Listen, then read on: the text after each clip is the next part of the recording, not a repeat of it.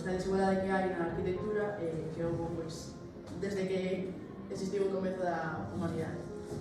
Como en todos os aspectos, pois, na arquitectura tamén hai esta potencial desigualdade entre homens e mulleres en diferentes tarefas, pero que, hoxe vamos a falarnos desta desigualdade na arquitectura, no ámbito da arquitectura en diferentes sociedades de todo o mundo.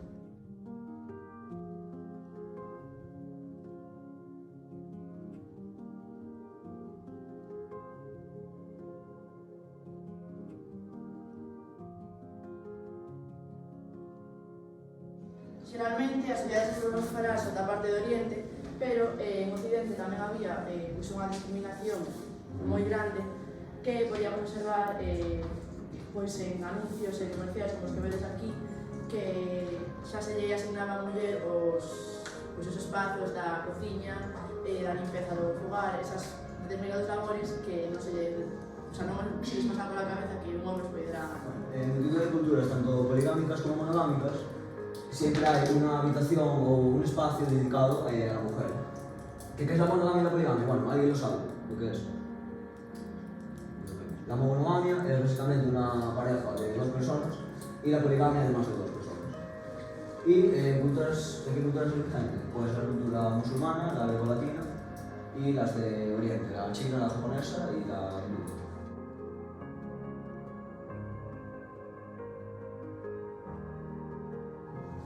O filteo é unha habitación utilizada na antiga Grecia para o uso exclusivo das mulleres da casa, fillas, esposas e netas.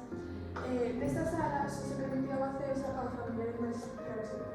Esta habitación estaba a maioría das veces na segunda planta, aquí. Aquí había esta habitación. Así estaban máis retardadas as mulleres. A vida das mulleres saían moi pouco, estaban moi vixiadas, precisamente porque estaban na segunda planta, eran como só podían velas as familiares moi cercanos, o pai, o esposo, ou xentas.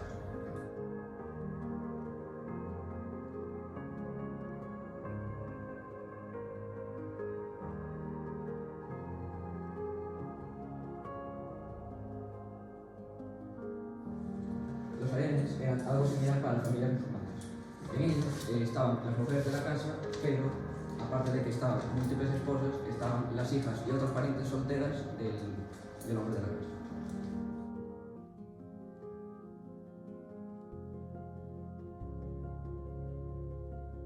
Está o harén máis famoso os sultanes que gobernaron o Imperio Otomán. Este lugar foi sempre un sitio de curiosidade e particularmente as oracións.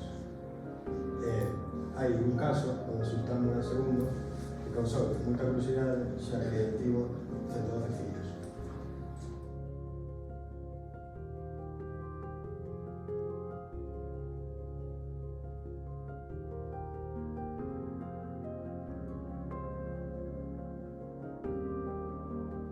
A cenada era unha parte da casa reservada para as mulleres do séquito en países como a India e o Pakistán. Só podía acceder o monarca e o seu eunuco ancián, tamén podía vivir ali os seus fillos mentre eran nenos.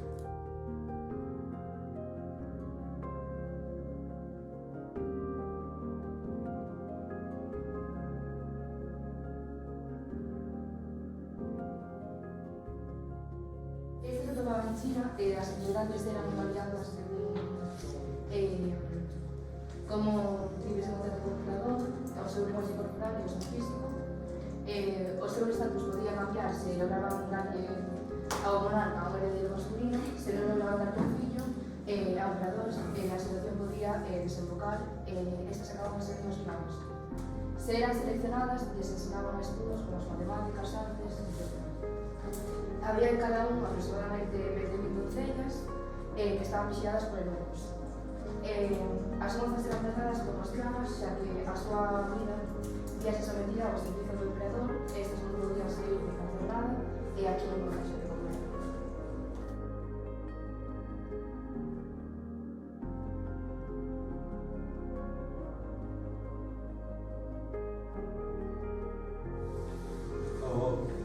La edad en Xapón era como un deus.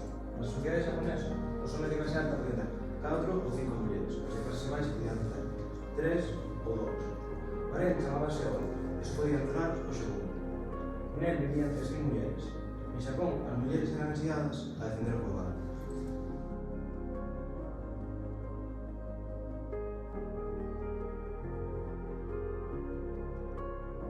Espazo tamén, con unha habitación, pero era un tipo de harén, un harén exipcio.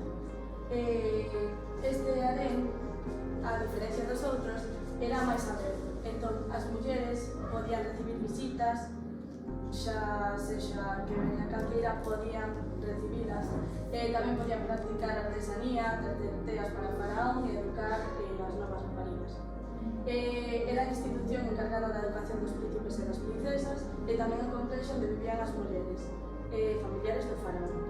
Era unha sofisticada e poderosa institución con funcións educativas, diplomáticas e económicas. Generet significa casa das belezas, pero tamén o lugar pechado. Ainda que Gene solo significa tocar música ou levar o ritmo.